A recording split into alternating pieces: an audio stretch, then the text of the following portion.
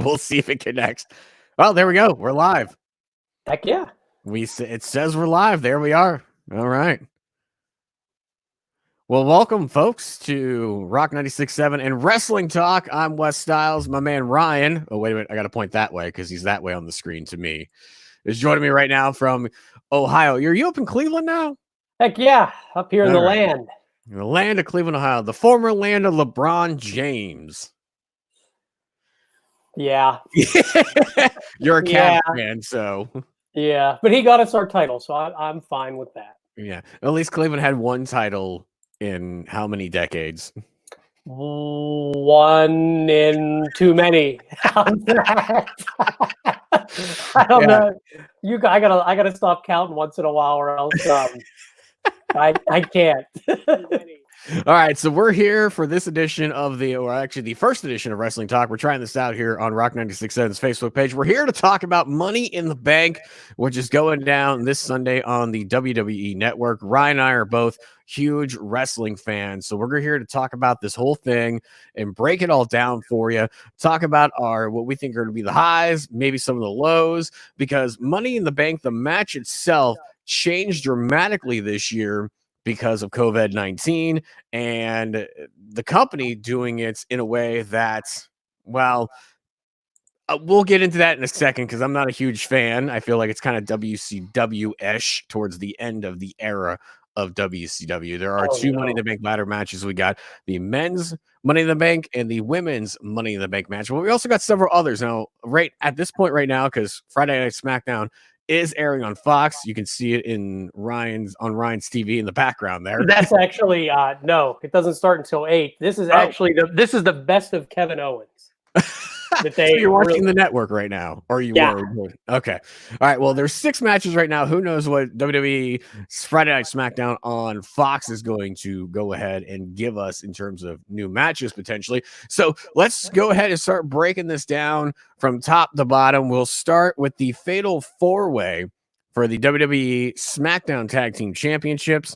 You got the New Day, who are the champs, taking on the Miz and Morrison versus the Forgotten Sons from originally NXT. They moved up, and Lucha House Party, who unfortunately are just the whipping boys, I feel, in this match. Yeah, that sounds about right. So here's one question I have when it comes to this pay-per-view. Okay, I lied. I have a couple questions. And then how do you not at this point? Right. But here's what I was wondering is, has this already been taped? Because it's Sunday, so I thought the Money in the Bank match was supposed to be more of one of those cinematic style matches. Right. So has this event already been taped? Well, I know the Money in the Bank match itself has been taped. So the question is, like you said, has the rest of it been taped? Because we know they're doing these in the Performance Center. So are these taped this week? Are these happening on Sunday Live? Because they've been doing WWE Live every week now because they're an essential business in the state of Florida. Well, they haven't. They went live like a couple weeks. Then they quit going live. But now AEW went live. So guess what? I wouldn't be shocked. Guess who's going live? Guess who's probably going live again. But it's. I just was wondering that because I was just having trouble keeping up with like how this pay-per-view was going to look. Is it going to be, like you said, like half in the Performance Center, and then they're going to show obviously the Money in the Bank matches as a cinematic match, but then I read too that they were going to do like both of them at the same time. Interesting. So I don't know how this is going to look or work. Here's the thing though. A couple of weeks ago we saw on all the dirt sheets that the Money in the Bank pay-per-view match, they had the stage rigged up and done at the Titan Towers, the WWE's headquarters up in Stamford, Connecticut. So that leads me every which way to believe that this thing has been taped and done in terms of that match. Yeah, that's what I thought too. So, okay. Anyway, let's just do that. I don't know what's going on. I'm sorry. I shouldn't even ask you that. That was ridiculous. I'm sorry. We're getting too complicated here, right? WWE. Logic's out the window. You know, it's a shame because that's usually what I say, and then I got stuck in my own Hey, stuck in your own web there. All right, so back again to the WWE SmackDown Tag Team Championship. You got the Fatal 4-Way there. We ran through all the teams. The New Day are the champs. Miz and Morrison, the former champs. But we also got the Forgotten Sons, the newbies, coming up from NXT, and Lucha House Party, who, to me, have no chance in hell of winning this. So, who are you taking? Sons, the newbies, coming up from Party, who to me have no chance in hell. All right, you are on delay because I can hear me coming up like really late in you. Nope, don't pay attention to that. Oh, are you streaming this at the same time and sharing? No, hold on. You're doing this? My God, come on, dude. Well, I wanted to share it, and I was just making sure that it was. I clicked on it. I should not have clicked on it. It's muted. It's fine. Everything's fine. I'm sorry. That was me. I was like, man, are we on delay now or something? No, I thought I had it muted before I opened it up to see if it was actually working off of my Facebook page, and it sure was. It was working. All right, perfect then. Yes, we will talk about this tag match eventually, I promise. We're going to actually talk the wrestling like we said this thing is called, and we're going to do it, so. I'll say this about that match. First off, I'm happy for the Forgotten Sons, if you will, because I'm sure they basically got caught up because they happen to be in the area. That's why I think you're seeing a lot of, people from NXT on the main shows just because they're down the street basically. Yeah, they're in Orlando. Like, hey, we need a couple extra bodies. Somebody's not traveling in like Sami Zayn, so bring him in. Right. Yeah, and I mean, you're seeing guys from those, NXT and everything all over the place on the shows, but I'm happy they're up there. I don't really see any reason right now to take the titles off of the Miz and Morrison because they are great at what they're awesome. I mean, it's a shame because when they're doing their thing and there's no crowd, it's not nearly as good because they're a pair that actually need to feed off of the crowd because they're kind of like that out of there, wacky, however you want to describe them, almost like fraternity brother type deal they got going on. Absolutely. And they're really good at it. And I think they need to have those titles up until when they start having crowds. The New Day, I mean, we've seen them win the titles, 7, 8, 9 times, it feels like these days. So when haven't they had the title? Right now until Sunday, maybe. But aren't they the champions right now? No, I thought the Miz and Morrison were. Are they not? Don't make me look this up, Ryan. It says, and according to the sheet that I'm looking at, that they're the champs. Are they? Yeah. So something happened somewhere from WrestleMania to now in that month. Oh, wait, here it is right here. I thought ever since Big E reclaimed the titles for the New Day, the 8-time champ. Okay. All right, you see? And your 8-time tag team champions. Okay, well, if that's the case, that kind of puts everything in a different perspective. I would like to see the Miz and Morrison get them back. How about that? Okay. And they're going to use the Fatal 4-Way as a way to get those titles back then. Yes. Okay. So now that I'm catching up, I promise. Well, it says tonight here on SmackDown that Braun Strowman and Bray Wyatt are supposed to come face to face. So I have a funny feeling that that's going to be a match at it. Right now, it is not a match. Oh, no, it is a match. Excuse me. It's on Universal Championship. Yep. Universal Championship, Braun Strowman, Bray Wyatt. Now, the dirt sheets all reported that, they gave the title to Goldberg to face Roman Reigns at WrestleMania. That didn't happen because of COVID-19. Roman Reigns stayed home. Goldberg not re-signing, so they had to slap the belt and play hot potato, give it to Braun Strowman. Now he's facing Bray Wyatt, the original champ. Where do we go with it? I think it stays on Braun Strowman. Really? Why is that? First off, and it could be an unpopular opinion, the Fiend or Bray Wyatt with the title to me is pointless because then you got to beat him. And they already did beat him. Yeah, true. So to me, when you have a character that has so much work into it, and I mean, the Fiend is a very involved character. I mean, his whole, the gimmick, if you will, is full of things. He's got the lantern, he's got the mask, the makeup, the costume, the entrance, how he is, split personality. With all that being said, does he really need a title? To me, it's almost kind of like old school Undertaker in the 90s. Think about it. The Undertaker had that one little title run for a week in between 2 pay-per-views, Survivor Series and this Tuesday in Texas back in 91. Then he didn't have a title reign again until 97.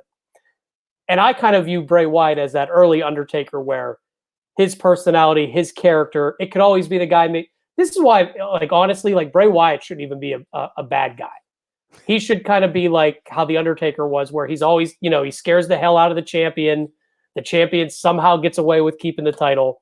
But then there will be that time down the road where you can have a real title win for Bray Wyatt, not a makeup one because they screwed up Hell in the Cell against Seth Rollins so bad. And like they were forced to do it then because they were, first off, they shouldn't have ever even booked that. They did it because they're WWE and that's what they do.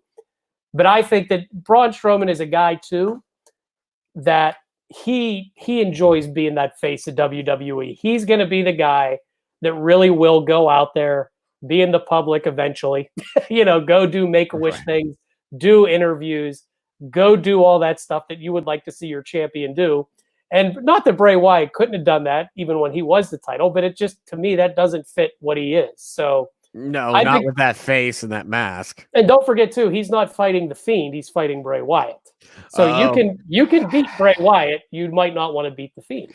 Right. It's like when they did the whole Finn Balor, and do you get Finn or do you get Demon Finn? Like, which one are you getting here? Yeah, and if you remember months ago when he was the champion, they had the Miz fight Bray Wyatt, not the Fiend. So this will be an easy way to get out of that with Bray Wyatt probably losing. Now, if he wins, hey, whatever. But I would expect that Braun Strowman's going to keep the title here. Okay. Well, you mentioned Seth Rollins there, so let's go ahead and jump to the other WWE Championship match, which is the actual championship match itself. Drew McIntyre, who just is fresh off the title win against Brock Lesnar at WrestleMania against Seth Rollins here, the challenger, the Messiah of Monday nights. Can I tell you this? I love Jesus Rollins. I think it is awesome because I was waiting for him because really, other than being good guy, bad guy, his character has kind of just been what it's been. He needed that.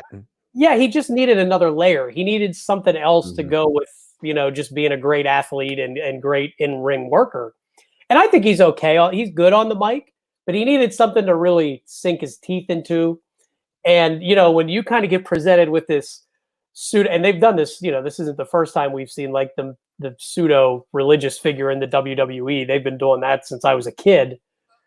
But I was looking at the presentation, and now that, when he comes out, his entrance is the big picture of him, like it's supposed to be the stained glass of him. Yeah, it's Jesus. It's Jesus Rollins. Yeah, he comes out, and the way he looks now, and his look's a little bit different, and the way he's talking is a little bit different, and the fact that he's presenting himself like it's okay if I'm doing this for you, and I enjoy the hell out of Jesus Rollins. But I will say this: he's not going to win.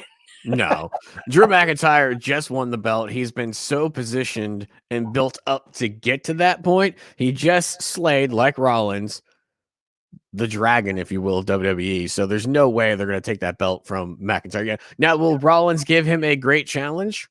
Yeah, if they give them enough time. Absolutely. They got 3 hours in this pay-per-view. Who knows? Maybe 4 because it's WWE at this point. You make me sit through a 4-hour pay-per-view like this. No. 2.5, 3 hours. Let's go. Listen, the only plus side to the COVID-19 thing, and it sounds almost sadistic saying this, was that at least because of it, WrestleMania got broken up into 2 nights instead of it being like an 8-9 hour pay-per-view with pre-show and the show itself. Like, that's the only good thing that came out of it. They'll do that from here on out, I bet. I hope they do. It'd be so smart to break it up between 2 nights and to go ahead, integrate NXT into WrestleMania. Yeah, and make it a 2-night show between all 3 brands. That's the only way you can do this. Well, okay. Well, the concert festivals that we used to be able to go to, we'd go to Rock on the Range or Sonic Temple for 2-3 nights. You'd go to Mansfield 2-3 nights. There's those type of shows out where you're at.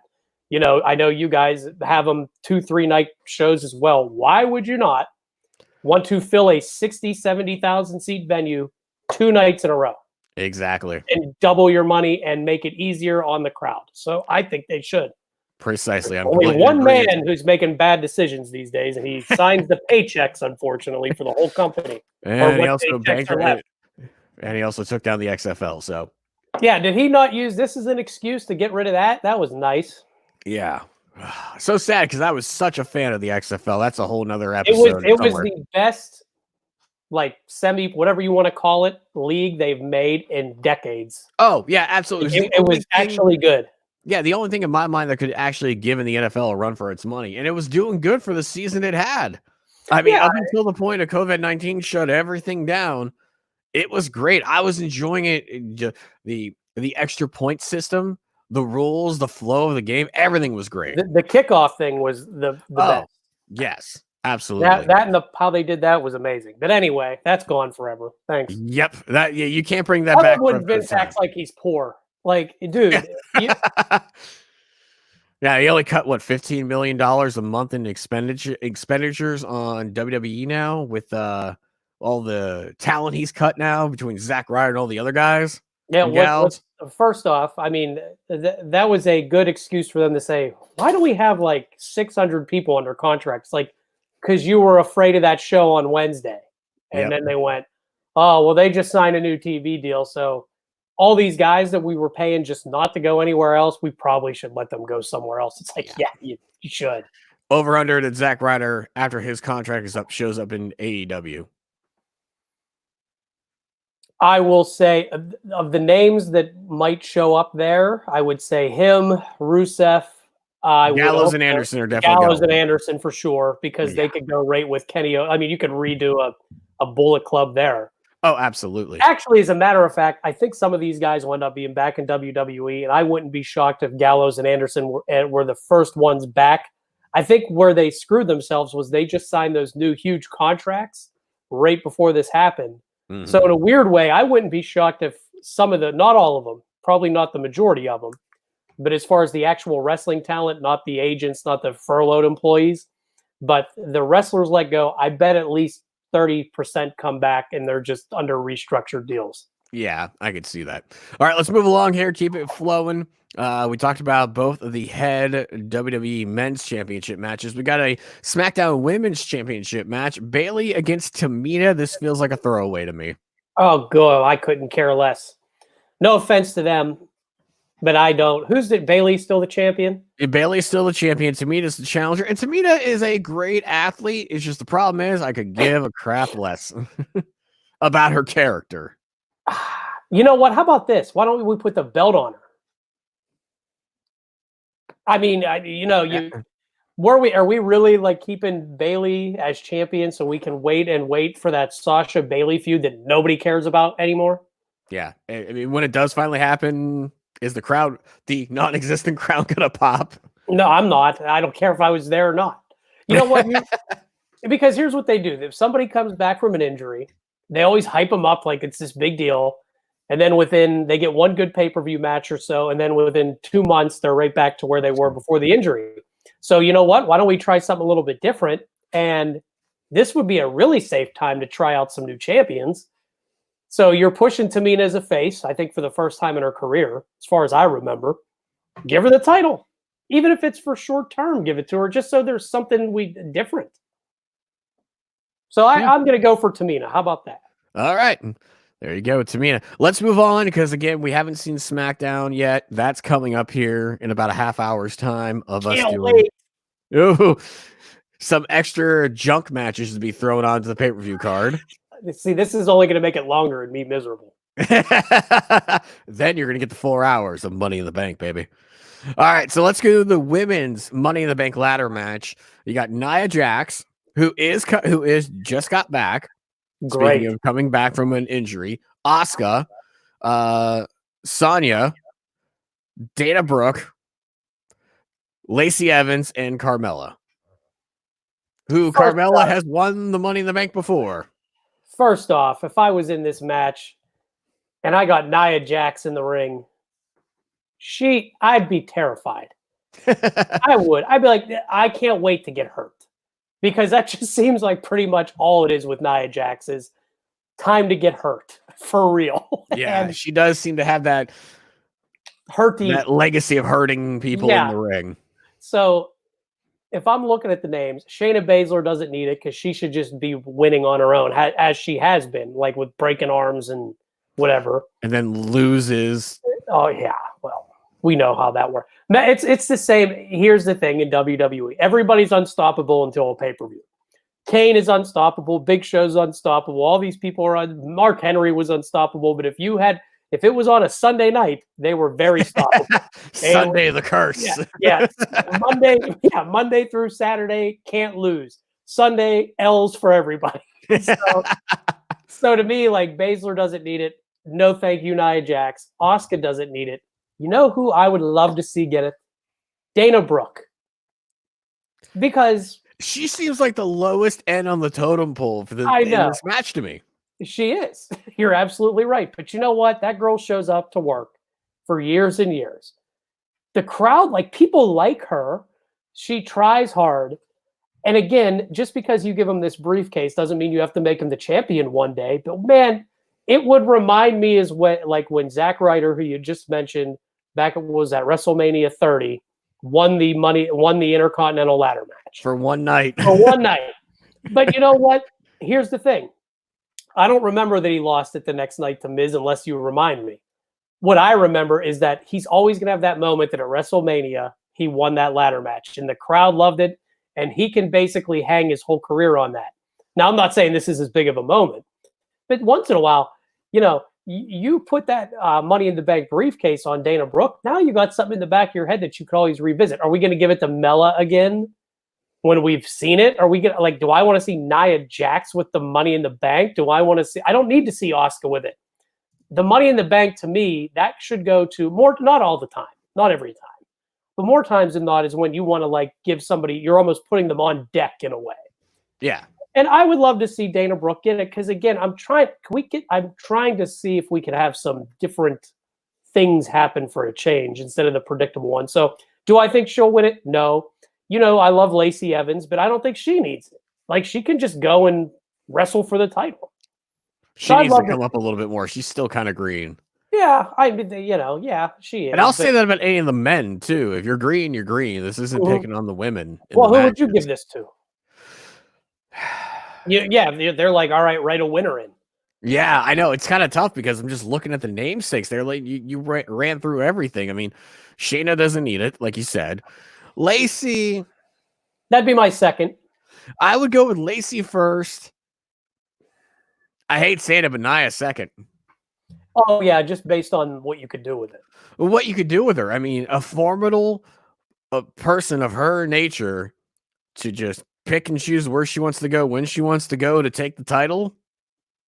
There's some good story there. I listen, that's probably what will happen. So to keep in mind, when I make my predictions, it's what I would like to see happen, but I know how the machine works, pal. So what you said is probably true. I would, if my heart would like to see Dana Brooke win or Lacey, but if you told me I had like $10 in my hand and you said you got to put it on somebody's name, there's got to be a Vegas bet. Where are you going? Yeah, Nia. So okay. Well, we'll move on to the final match of the night because as of right now, until SmackDown happens, there are only 6 matches. And the other match that we haven't talked about yet, the men's Money in the Bank match, which here's one where you talked about put it on somebody who's going to be on deck. Who here, outside of maybe 2 people, are on deck, if you will? You've got Daniel Bryan, Aleister Black, Rey Mysterio, King Corbin, Otis, and my cousin AJ Styles. Okay. This is kind of fun because really I don't know who would win this. Okay.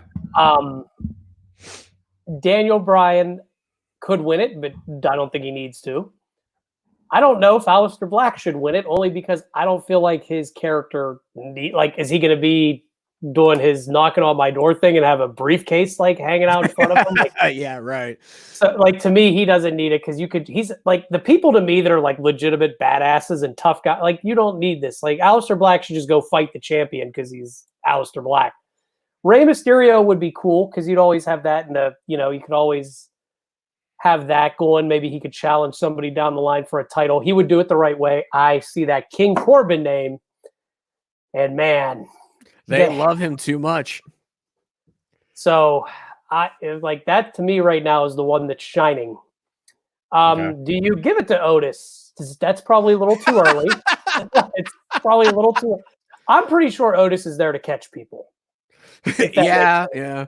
Otis is there to be the stunt guy and to be the power in this match. I mean, fall into my giant arms. That's what that looks like to me. Plus, on a side note, if you're Tucker, you got to be going, oh no. Oh no. I'm not a job soon because my tag partner is now, it's like the Marty Jannetty Shawn Michaels thing. My tag partner is now getting bigger pop than me, and he's on his own. Oh, and not to mention he had his own angle at WrestleMania. Yeah, and where were you? Nowhere. Oh, he'd come out and get jobbed out to Dolph is what would happen. That's what they did. So if you're Tucker, you got to be thinking, oh, fizzle sticks. This ain't good. Because no offense I like Tucker, and I think he should have a job, but Otis is the one that you can do something with. I would give it to AJ Styles because I like AJ as a heel, and heel AJ Styles with the briefcase being a cocky jerk, always saying, I'm going to be waiting here. I'm going to be waiting to pick up the scraps. Kind of almost like how Edge used to be when he'd have a briefcase. Yeah. So honestly, like if I was doing this, I would probably give it to AJ Styles. Okay. How about you? I'm looking at it, and I like AJ for that reason, like you said. I could see him challenging like a Drew McIntyre by the time we get to SummerSlam, maybe causing a turmoil situation to where he steals the title from Drew. Drew needs to chase it and get it back.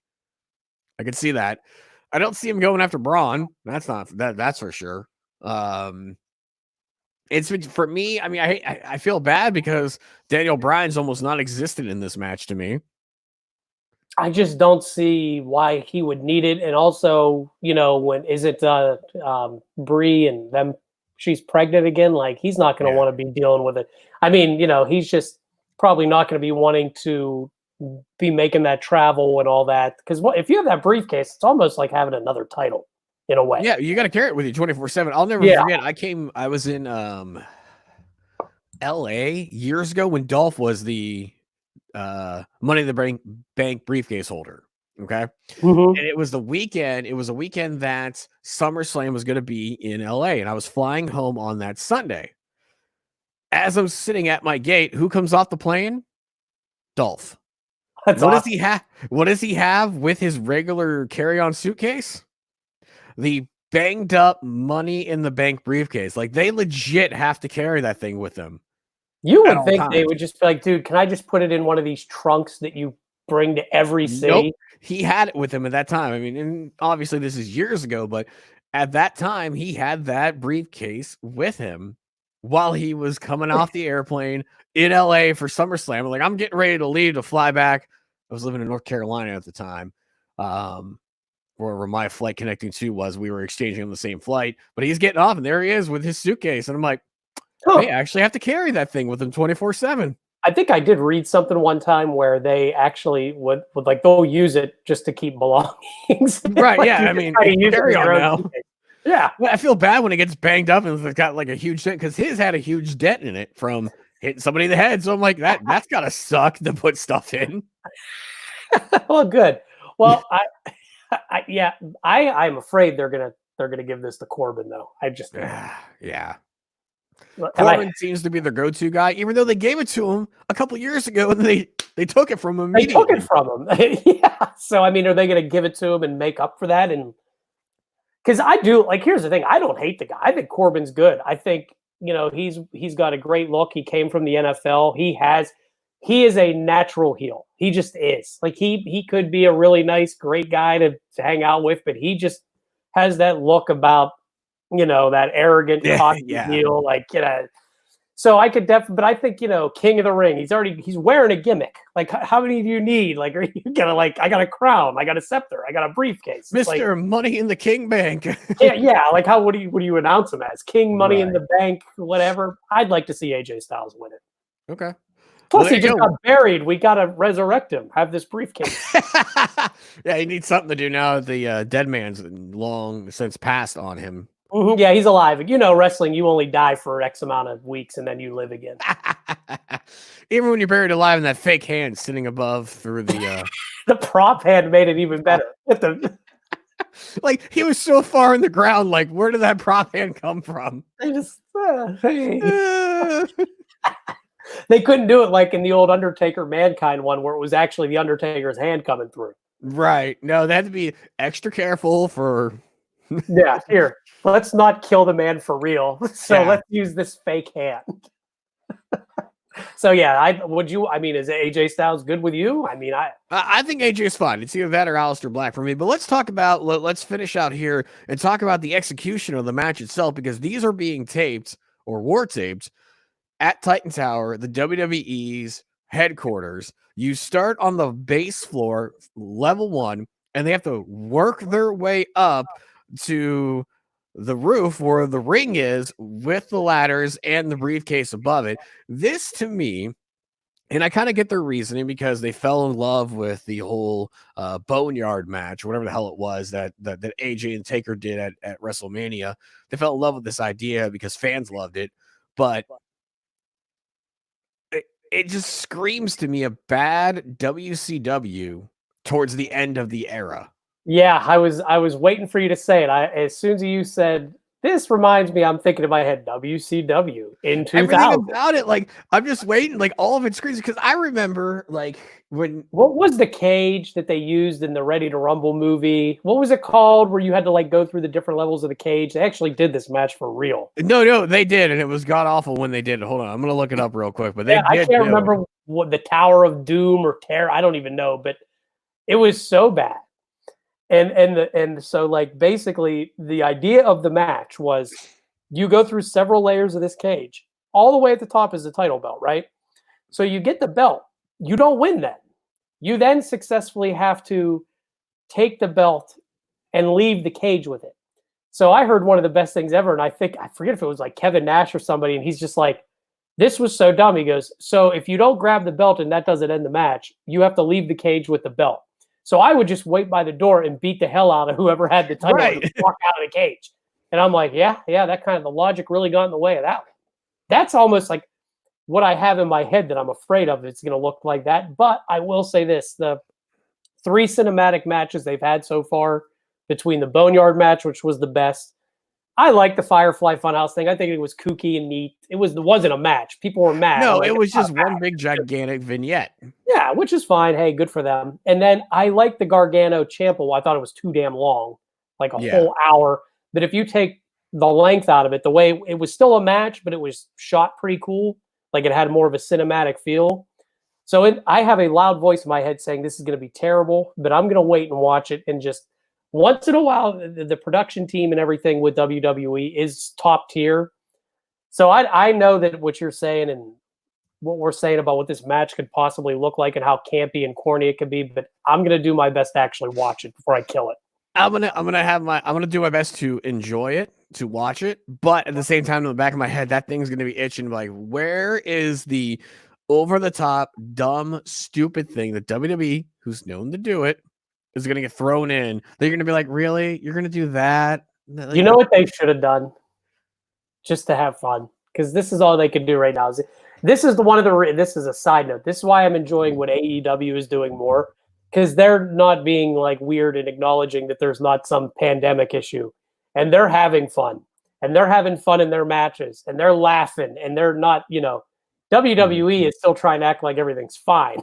It's like, dude, so serious. Yeah, it's like, what? Why? Like, you know what they should have done, and maybe they still can't incorporate this somehow. They need to have the Big Show fall off the top of the roof and reenact the Cobalt Hall thing. As a complete joke, like not serious. He should like, for some reason, he should just be there. Up. Yeah, and they just like push him off the roof. When they announced this match, I showed my wife what happened on that match, because that's the first thing I thought of was that match from WCW, the 2 monster trucks, Hogan and Big Shows, who at the time was just called the Giants, facing off, and then they got out of the trucks. Hogan is hitting him and pushes him off the side of the arena that they're on, the roof of the arena, which, by the way, it wasn't even filmed on top of the arena. It was filmed on a parking deck next to the arena. Particular. So, like, anybody who lived in that town that they did it in, Eric Bischoff even said it on his podcast, was just like, you couldn't even believe that it was real if you lived in that town. But I want that.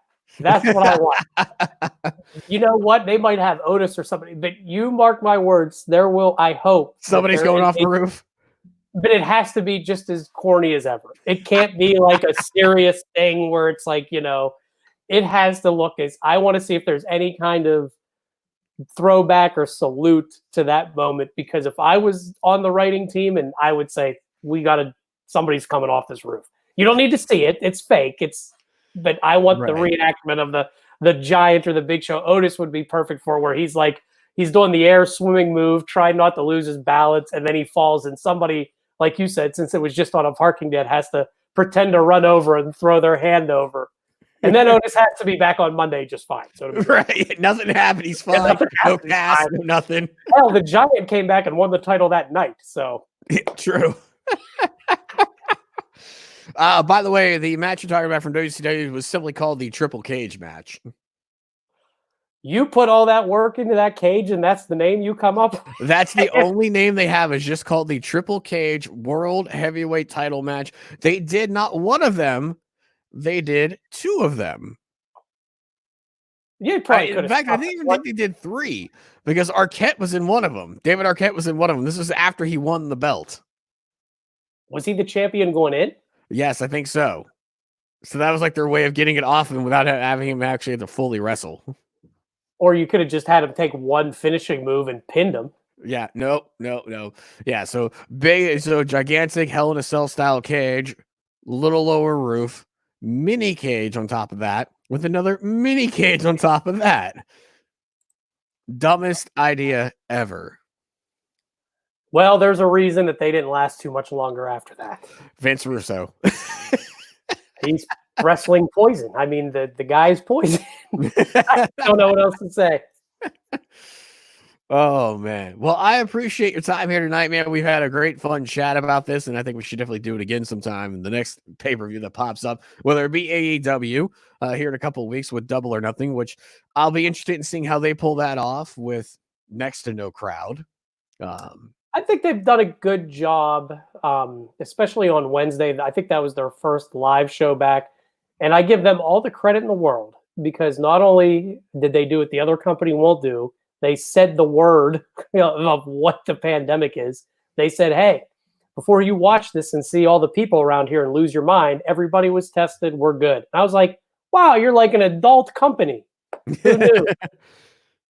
So I'll be excited to see Double or Nothing. Have they said where it's going to be at yet? Are they doing it from whatever that daily? They should do it that outside that amphitheater right outside of Jackson. I don't know why I'm pointing. Yeah, which is where they did this week's episode of. I do it right there. Safe. Already know how to lay it out. Already know how to do the procedures. No reason to do it anywhere else. The one thing that the downside to this whole pandemic was for AEW, I was so waiting for Blood and Guts. Oh, or is this? Oh yeah, they didn't do it right. No, they didn't do it. It was their version of War Games. Horrible name, but they were looking to do their version of War Games called Blood and Guts. Which is a obvious little needle to Vince McMahon during a shareholders meeting that said, when they asked about AEW, and I think this was before they even really went on, other than just a couple pay-per-views, said to the shareholders that we don't do blood and guts, unless, of course, Shayna Baszler's eating somebody's neck. Or yeah, they changed their tune since. Yeah, of course they did. Well, I appreciate you having me. Thank you. Yeah, dude, absolutely, man. Looking forward to doing this again, Ryan. Appreciate the time, and you do have some great commentary on Twitter. So where can folks find you on Twitter if they want to follow you? It is at Ryan Alessio, RyanAlessio. All right, make sure you follow Ryan, because seriously, though, if you're following along with some of the wrestling pay-per-views, he does have some great commentary. Even the wrestling shows. You might get some tonight while you're watching SmackDown. Follow along with Ryan. You'll get a couple. There's one or two usually you'll get. I'll be watching Money in the Bank on this Sunday. I'll be tweeting as well at West Styles Radio on Twitter, also on Instagram. So check it out, and thank you guys for being a part, and we will see you next time.